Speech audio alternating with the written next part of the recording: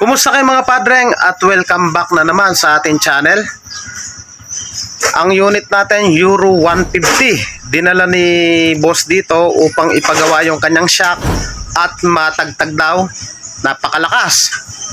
So sa gagawa ng ganitong issue, dapat alam natin yung proper na paglalagay ng tamang dami ng langis, o yung iba naman linalagyan ng spacer, yung iba pinuputulan. Pero ano kayang ginawa ng unang shop? Bakit naging makaldag?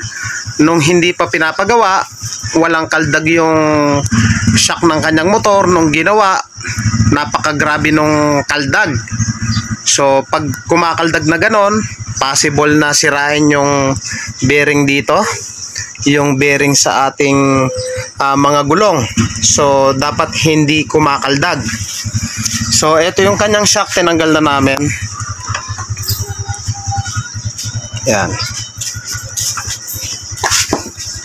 Bubuksan natin yung kanyang shock, titingnan natin kung ano yung ginawa nung unang shop dito, dahil nga nung hindi pa nagagawa wala namang kaldag. Pakikaldag mo nga, Mante. Ayan o, tumutunog no. Ayan o, kala mo may batong nag-uumpukan. Ayan o mga boss, kala mo may batong nag-uumpukan. Ayan o, ang lakas. So ang gawin natin, tanggalin natin to, luluwagan natin ng katalayan. So gumagamit lang ako ng katala. Pitin lang natin yan. Ayan. So sinasabi nung may-ari, ang tawag daw ng unang shop na nagawa dito magic lowered. So ano kaya ibig sabihin ng magic lowered na yan? So tanggalin ko na muna, baka tumalsik.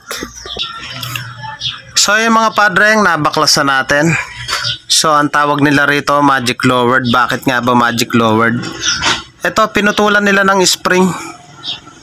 So mali po yan, dapat hindi ganyan na pinuputulan.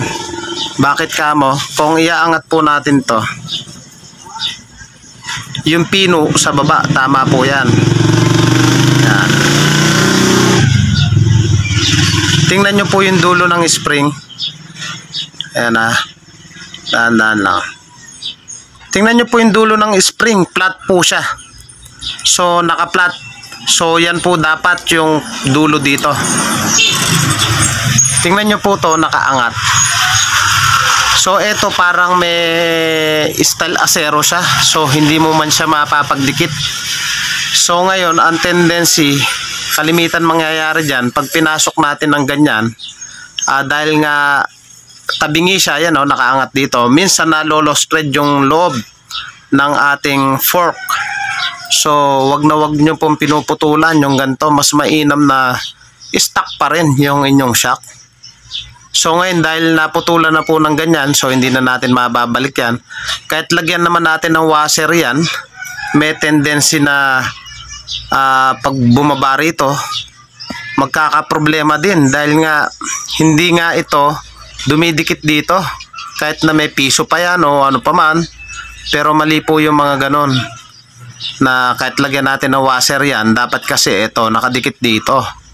So ngayon, itratry nating remedyohan yung sobrang kaldag nito. Cause po ng mga kaldag na ganyan, yung maling paglalagay ng langis. So ibaba na muna natin. O yan, nakababa po. Ngayon, yung level po ng langis natin, dapat nandito sa labi. So pag inangat natin ng ganyan, hawakan mo. Sige, yan. Pag inangat natin ng ganyan at binaba natin ng sagad, ayan, nakasagad o. Dapat dito yung level ng oil. So, lagyan natin, papakita ko sa inyo yung tama. So, kuha lang tayo ng pandagdag. Sige, angat mo. O, dagdagan natin.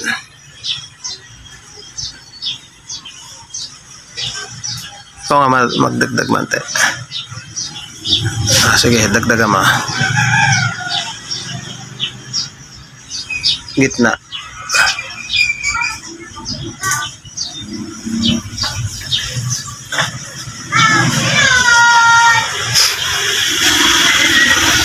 Mga padreng, kung nais nyo magpagawa at taga-Bataan lang kayo, pwede po kayong sumadya dito sa ating shop.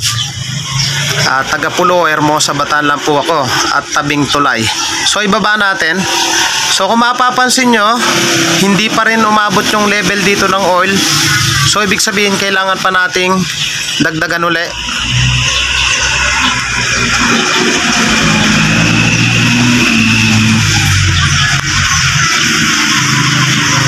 Sige pa mante. Okay na muna. So baba uli natin. Dapat abot dito sa labi. So kulang pa rin. Natuli.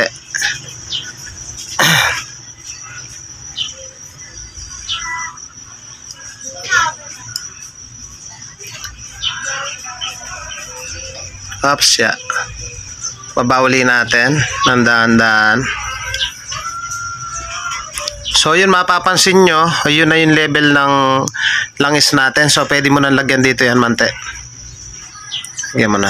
Dahan-dahan. Sakto lang dun sa sa labi. Sige. Ups, ya. So ayan, dapat yung level ng oil natin pag nakasagad. So ngayon ang gawin natin, nakahawak dun sa baba, iangat natin para ma-release yung hangin. So ayan, tapos pwede na nating ikabit dito yung tornilyo. So ikabit na muna namin, tsaka checkin natin kung may kaldag pa rin. So yung mga padreng, tinama natin yung langis nya. So kahit tinutulan yon, try natin na kumpunin niya. So linagyan lang natin ng proper ng dami ng oil. So sige nga, mante, pakikaldag mo. Meron pa wala? Okay na. Nakita nyo, okay daw. Patingin niya, nga, patry. So kanina talagang lumalagotok. Kaya natin. Ayun o. So kung mapapansin nyo, maliit yung play, pakidikdik mo ulit, mante. Dikdik mo. Ayun o, maliit lang yung play niya. Okay na. Bakit nga ba maliit yung play? Dahil nga dun sa spring, pinutulan na nila ng ganyang kalaki o. Kaya siguro sinasabi nila magic lowered. So ang nag-cost ng lagutok maling paraan ng paglalagay ng dami ng oil. So ikakabit na natin sa motor to. Tapos magte-test drive na kami. So abang-abang lang. So yung mga padreng, na ikabit na natin yung shock. Papa-test drive natin kay mama. Shoutout kay Mante. Saan ko dyan? Ayan o. Paki-test drive mo muna, ma. Tapos feedbackan mo ako kung anong nangyari. Test drive muna siya.